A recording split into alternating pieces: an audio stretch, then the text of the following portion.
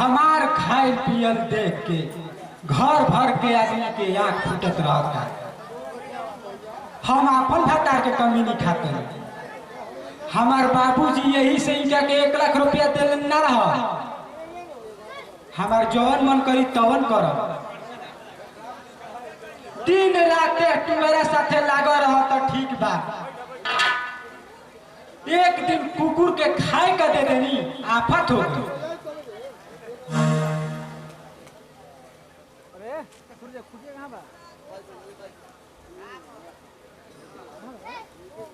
हमरा पर तो शंका कईल गलत बा बहू। हम के करो से कुछ नहीं कहले। ऐसा सफाई झाड़त रह कि हम कुछ जानते नहीं थे। हम अपना कान से सब सुन ले बानी। हमहू कौनो गवार ना हली। सीबीआई के लेके हली सीबीआई के। तोहरा कहे से पहले ही हम सब जानता नहीं। तोहार ई हिम्मत की झगड़ा लगाओ चलत रह। हम कुछ नहीं कहले बहू। तू हमरा पर विश्वास कर। हम कुछ नहीं कहले। आज सच्चाई के जमाना रही तो हमहू अपन छाती फाड़ के दिखा देती। बाकी ई कलयुग आ गई बाहो। विश्वास कर। हम कुछ कहला ही नहीं थी। तब का हमारा घर के आलू वाला आके जिनवा कह गई। तू अपन जीव चाट के रख।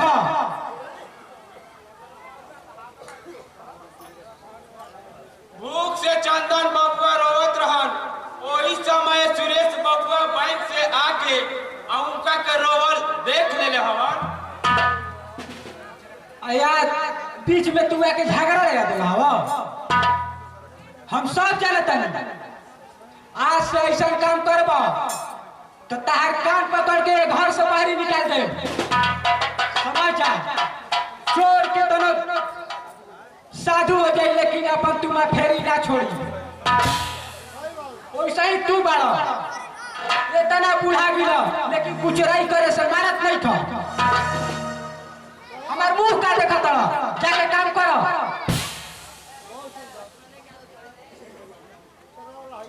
एगो बात कही बहू। मारे समय जौन मास्टर भैया कहले रहन वो बात के तू भुला गइलू। तो तू हमार मालिक हो। हम तारे का हिसाब दे चली। हमार जवन मन करी उहे कर। चलल बड़ा उपदेश देवे। बुझाता कि तू किसार पंडित बनत रह। हम अपन क्रिया खा के कहत बानी बहू। हम के करो से कुछ नहीं कहले। हम तोहार सब नाच चिन्हतानी। तू जौन हरिचंद्र के बाप बनत रह। तू एगो नौकर होके हमरा के पाऊ कहे के कोशिश मत करिया। नहीं तो तार चेक करा ले।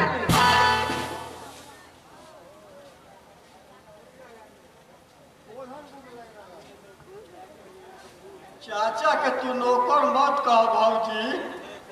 ई हमनी के धर्म के चाचा हवन। चुप रह लंगड़ा। तू नौकर कहाँ देख ले रे। तोरा बाप भी पैसा रहे कि नौकर रखी। छोट मुंह बड़ बाप दिले बारे।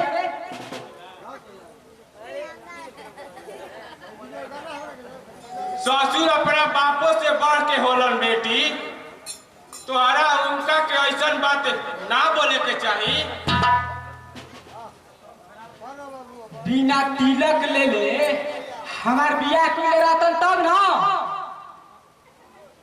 बाकी हमार बाबूजी मूर्ख ना रह कि उनका के 1 लाख रुपया दे के शादी के रह। तब तो हम कहबे ना करम। वो कौनो खराब आदमी ना रहन। गांव में फैसला करे खातिर धई चलत रहन। बाकी तू बड़ घर के लड़की हो। तोहरा ऐसा बात ना बोले के चाहिए बहू। तू का कहला हो। हम बड़ घर के ना हली। तोहरा कहे के मतलब कि हमार खानदान खराब हो एगो नौकर के ऐसा हिम्मत जल्दी से हमारे घर से निकल जो ना तो तोरा के धक्का मार के निकाल दे ऐसा घर में हमारा नौकर के काम नहीं थे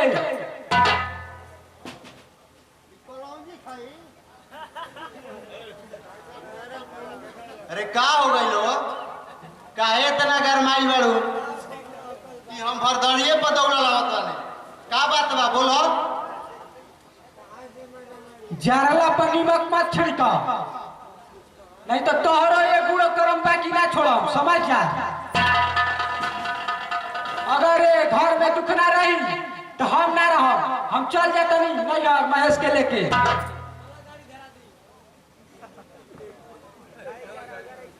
महेश के माही तू पागल मत बना छोड़ दो का हो जाए हम कुछ ना सुनो समझ जा हम तुम्हारा आगे हाथ जोड़त बानी छोड़ दो करा के हम कुछ सुनबे ना करो हम जाता नहीं जाता नहीं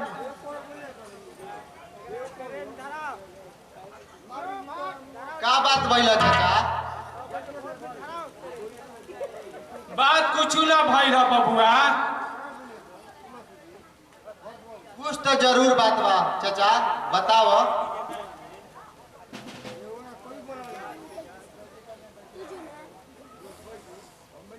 अब हमार नौकरी खत्म हो गई हो अब हम एक घर खातिर पराया हो गई हो तनिको बता दो चाचा का हो गइल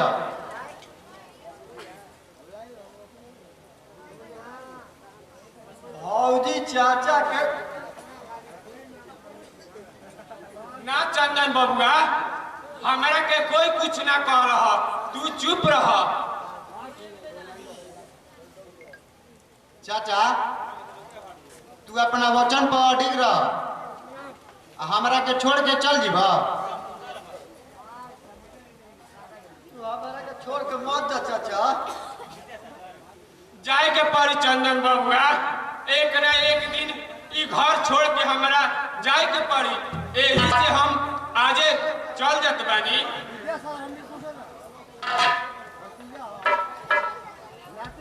चाचा हमनी के मत छोड़ जा चाचा हमनी के छोड़ के मत जा चाचा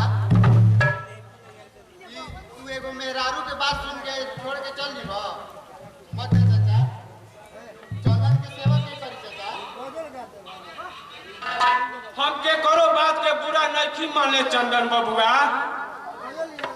आज के युग में के करो खाती कोई नहीं के सब आदमी खाती भगवान होलन तुहार मर्जी में हम बाधा ना डालम चाचा चंदन के हम तोहरा हाथे सौंपले रहे एकर देखभाल करब बाकी जाए से पहले उनकरा के एक बार जरूर अपने आंखें से देख ल चाचा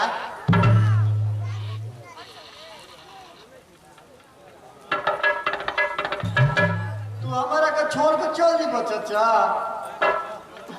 बोलो ना चाचा हाँ चंदन हम तोहरा के छोड़ के चल जाए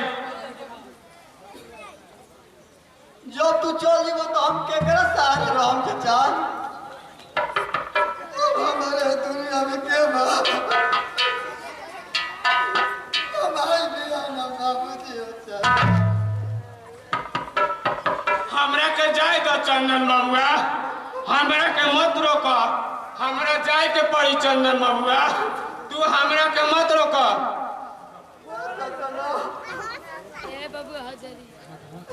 जाए के पड़ी बबुआ हमरा जाए के पड़ी